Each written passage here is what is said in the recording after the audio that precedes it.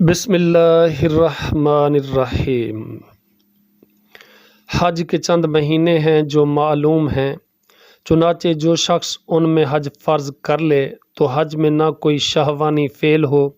نہ کوئی نافرمانی اور نہ کوئی لڑائی جھگڑا، اور نیکی میں سے جو کام بھی تم کرو گے اللہ تعالیٰ اس کو جان لے گا، اور اپنے ساتھ زاد راہ لے لو تو یقیناً بہترین زاد راہ تقوی ہے۔ اور اے عقل والو، مجھ ہی سے ڈرتے رہو، تم پر کوئی گناہ نہیں کہ تم اپنے رب کا فضل تلاش کرو۔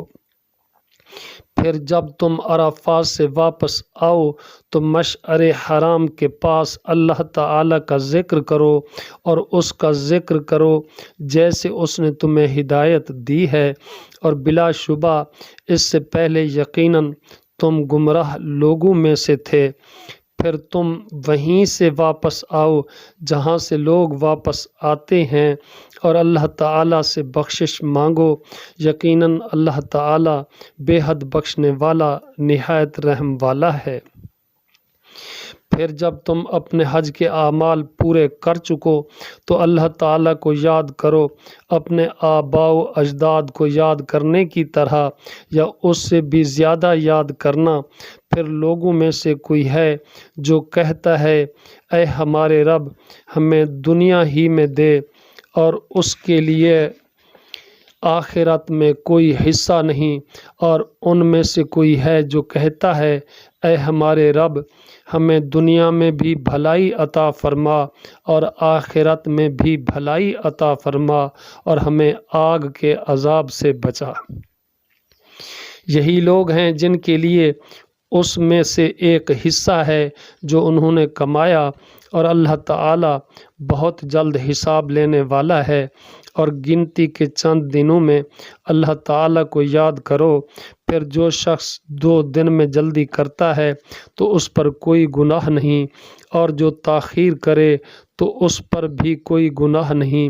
اس کے لیے جو اللہ تعالیٰ سے ڈرے۔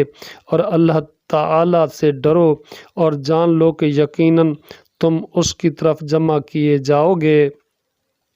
اور لوگوں میں سے کوئی ہے جس کی بات دنیا کی زندگی میں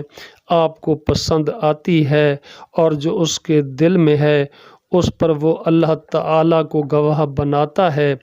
حالانکہ وہ جھگڑے میں سخت جھگڑالو ہے، اور جب وہ لوٹ کر جاتا ہے تو زمین میں کوشش کرتا ہے کہ فساد پھیلائے، اور وہ کھیتوں اور نسلوں کو برباد کرتا ہے،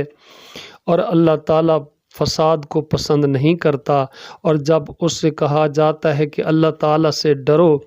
تو اس کی عزت اسے گناہ کے ساتھ پکڑ لیتی ہے، چنانچہ اس کے لیے جہنم کافی ہے، اور یقیناً وہ بہت ہی برا ٹھکانہ ہے۔ اور لوگوں میں سے کوئی ہے جو اللہ تعالیٰ کی رضا مندی کی تلاش میں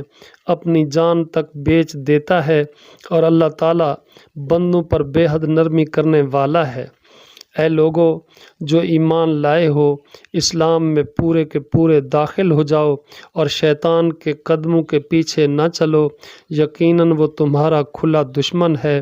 پھر اگر اس کے بعد تم پھسل گئے کہ تمہارے پاس واضح دلائل آ چکے تھے تو جان لو کہ یقیناً اللہ تعالیٰ سب پر غالب کمال حکمت والا ہے۔ وہ انتظار نہیں کرتے مگر یہ کہ اللہ تعالیٰ اور فرشتے ان کے پاس بادلوں کے سائے بانوں میں آئیں اور کام پورا کر دیا جائے، اور اللہ تعالیٰ ہی کی طرف سارے معاملات لوٹائے جاتے ہیں۔